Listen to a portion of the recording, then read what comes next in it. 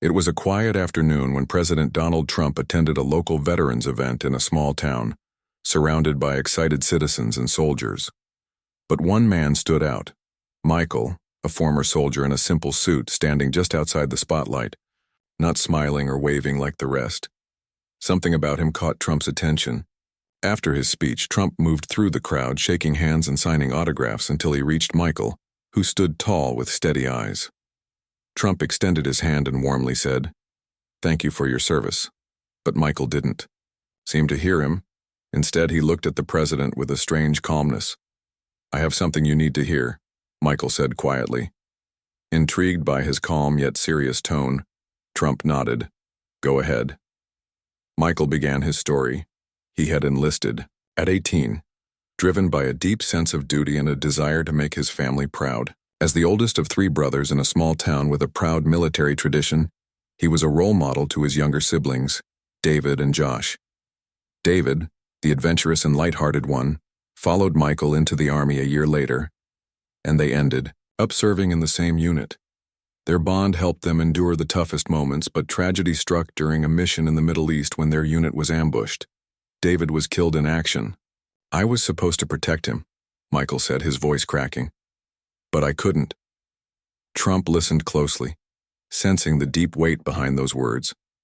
He had met many grieving families before, but something about Michael's quiet, enduring pain felt different. It had been buried and carried for years. As Michael spoke, his guilt became clear, etched in his eyes and heavy in his voice. He blamed himself for his brother David's death and couldn't shake the thought that he'd failed him. After the loss, he left the Army and tried to return to normal life. But the guilt followed him everywhere. Facing his parents felt unbearable, as if he'd let them all down. "Every day I wake up and ask myself, what could I have done differently?" he said. Trump stood in silence, absorbing the raw, unfiltered pain of a man who had lived with that question for far too long. Reading about these struggles in reports was one thing, but hearing them from someone who had lived through it hit differently. For years, Michael had tried to move on, taking various jobs, but nothing filled the void left by the Army. His mother often reminded him that David would have wanted him to live fully, but the words never brought peace. Then one day, a letter arrived from the family of a soldier who had been with David the day he died. Instead of blame, the letter was filled with gratitude for how Michael had always looked out for their son. That letter became Michael's turning point. It helped him see that David's death wasn't his fault. It was the cruel reality of war. With time, Michael found new purpose. He no longer saw himself as a failure. Instead of being consumed by guilt, he chose to honor his brother's memory by helping other veterans like himself. He began working at a nonprofit dedicated to helping veterans adjust to civilian life, offering counseling, job training, and community, a mission that gave his pain meaning. "I'm not just living for me anymore," Michael said, his eyes now steady with quiet strength. "I'm living for David and for every soldier who didn't make it back." Trump listened, genuinely moved by the transformation unfolding before him. This wasn't just a story of loss, it was one of redemption. He'd met many veterans, but there was something different about Michael's resilience. The pain he once carried had been reshaped into purpose, into a mission to help others. "I know what it's like to feel like you've failed," Trump said softly, "but sometimes the greatest strength comes from turning that pain into something that helps others." Michael nodded, his appreciation deeper than he expected. For a moment, the two men stood in silence, connected by a shared understanding that needed no words. As they continued talking, Michael's voice carried something new: hope. Michael had something else on his mind, something he'd been wanting to ask Trump for a long time. "I've been working with veterans for a while now," he began, "and I have an idea that could truly change their lives." Trump leaned in, intrigued. "What kind of idea?" Michael paused, then spoke with clarity. "I want to build a special veterans home, not just a shelter, but a real community, where soldiers can heal, share their stories, and feel like they belong again." Trump listened closely. This wasn't just a proposal, it was a vision. a place designed to mend not just the visible wounds of war, but the deep, silent scars many veterans carry. Michael described a peaceful, well-built facility where veterans could live comfortably, receive therapy, and connect with others who understood their struggles. It would be a place of purpose, not just recovery. As he spoke, Trump's mind raced. He had heard many ideas for supporting veterans, but something about Michael's dream felt real and powerful. Michael wasn't asking for a handout. He was offering a vision, a solution that empowered veterans to help themselves. "You're not just talking about a building," Trump said thoughtfully. "You're talking about a movement, a place where veterans can come together and heal as a community." Without hesitation, Trump said, "I'm in," leaving Michael stunned. But it wasn't just words. Trump got to work immediately, making calls, rallying donors, business leaders, and veterans organizations to bring the idea to life. The vision was turning into reality.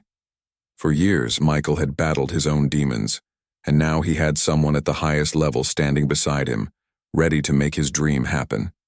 Months later, at the groundbreaking ceremony, the air buzzed with excitement. But this was more than a construction project. It was a symbol of hope, a promise to every forgotten soldier. As the first shovel hit the ground and the crowd cheered, Michael stood next to Trump, feeling something deeper than pride. He felt peace. Michael felt David's presence beside him, proud of the legacy being built in his name.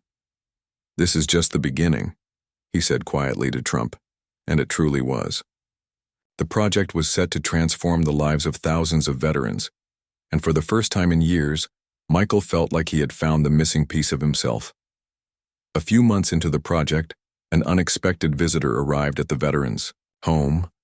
David's old friend from the Army, someone Michael hadn't seen in years. He too was a veteran, but life after service had been hard, leaving him lost and struggling. When he heard about what Michael was building, he knew he had to see it for himself. "I heard what you're doing here," he said, his voice rough with emotion, "and I wanted to say thank you." Michael was taken aback. This was someone he never expected to return, let alone offer thanks. "I couldn't have done this without people like you," Michael replied, realizing how far they had all come. Michael replied, humbled. As more veterans moved into the home, he began to see the change he had hoped for. They shared their stories, their pain, and their hope, and slowly they started to heal. For the first time in years, Michael didn't feel alone. He saw others wrestling with the same guilt and trauma, all rebuilding their lives together. It was a powerful reminder that healing doesn't happen alone. It happens when people come together to share their burdens and support one another. Michael had found a new purpose. The veterans' home wasn't just a place to live, it was a place to thrive. As the months went by, veterans who once felt lost were now standing tall again. For Michael, it was no longer just about his brother. It was about every soldier who had fought for freedom and now needed a place to heal. And that was the legacy he was creating. As the veterans' home grew, so did the recognition. News outlets began covering the project, and people across the country took notice. But for Michael, it wasn't about the praise, it was about the lives being transformed. One day, while walking the grounds, Trump came to visit. He saw Michael laughing with a group of veterans and said, "You've done something incredible. Here," his voice full of admiration. Michael smiled and replied, "We've done it together." Looking back, Michael realized how far he had come, from a soldier haunted by guilt to a man with a new purpose, helping others find peace. He learned that healing isn't about forgetting, it's about accepting the pain and using it to uplift others. It's about finding strength in vulnerability. Standing beside Trump, Michael knew this journey was bigger than just him. It was a collective effort, a powerful reminder that even in our darkest moments, we have the strength to heal and make a difference. Despite their success, challenges remained. The project faced financial hurdles, bureaucratic red tape, and unexpected setbacks. But Michael never lost faith. "I didn't come this far to give up now," he told his team. "We're doing this for them, for every soldier who needs a place to heal."